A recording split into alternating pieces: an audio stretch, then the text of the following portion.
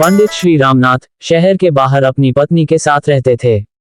एक दिन जब वो अपने विद्यार्थियों को पढ़ाने के लिए जा रहे थे तो उनकी पत्नी ने उनसे सवाल किया कि आज घर में खाना कैसे बनेगा, क्योंकि घर में केवल मात्र एक मुट्ठी चावल भर ही है। पंडित जी ने पत्नी की ओर एक नजर से देखा, फिर बिना किसी जवाब के वो घर से चल दिए।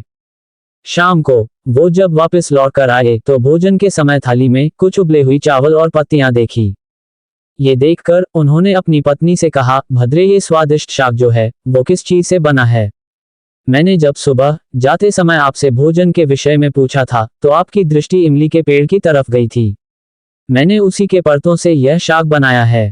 पंडित जी ने बड़ी निश्चितता के साथ कहा, अगर इमली के पत्तों का शाक इतना स्वादिष्ट होता है फिर तो हमें चिंता करने की कोई आवश्यकता ही नहीं है। अब तो हमें भोजन की कोई चिंता ही नहीं रही। जब नगर के राजा को पंडित जी की गरीबी का पता चला तो राजा ने पंडित को नगर में आकर रहने का प्रस्ताव दिया, किंतु पंडित ने मना कर दिया तो राजा हैरान हो गया और स्वयं जाकर उनकी कुटिया में उनसे मिलकर इसका कारण जानने की इच्छा हुई। राजा उनकी कुटिया में गया तो राजा ने काफी देर इधर उधर की बातें की, लेकिन वो असमंजस में था कि अपनी बात किस तरह से पूछे। लेकिन फिर उसने हिम्मत कर पंडित जी से पूछ ही लिया कि आपको किसी चीज का कोई अभाव तो नहीं है ना? पंडित जी हंसकर बोले, ये तो मेरी पत्नी ही जाने।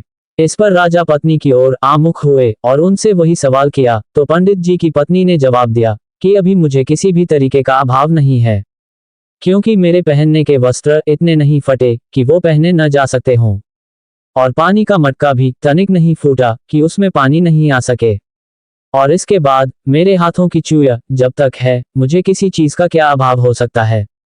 और फिर सीमित साधनों में भी संतोष की अनुभूति हो तो जीवन आनंदमय हो जाता है। यही है संतोष रूपी असली धन, जिसके पास होता है उसे कुछ और नहीं चाहिए होता है।